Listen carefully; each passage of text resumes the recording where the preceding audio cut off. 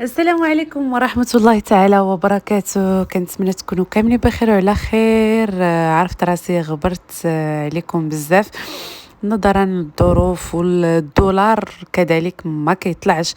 داكشي علاش غبرنا على القناة. كنتمنى تكونوا كلكم بخير وعلى خير. واليوم غادي نديكم لواحد البلاصه اللي عجباتني بزاف بزاف وثالث مره هادي وانا كنمشي ليها، اللي هي هاد البلاصه انزا.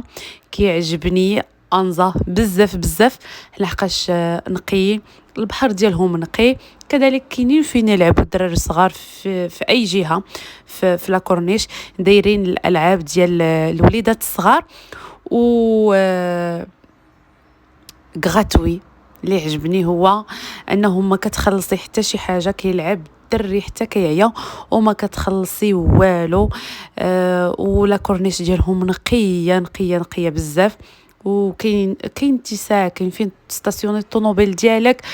البحر نقي، كاينين القهاوي فين ديري الغدا، يعني فين تغداي ولا ديري الكسكروت ديالك. صراحه بلاصه زوينه، تقدري تدوزي النهار ديالك كامل ولا تدوزي نص نهار. صراحه الله بلاصه زوينه زوينه بزاف، حمقاتني وعجبتني بزاف بزاف والله يا البنات. الا بلاصه زوينه وما بعيدش ما بعيدش بزاف على مدينه اكادير. اكادير تقريبا 6 دقائق 5 دقائق وهانتي في انزا. صراحه الله زوين زوين بزاف انزا ونقي، وفيه فين تدوزي النهار ديالك ولا نص النهار ديالك وانت فرحانه يا لاله.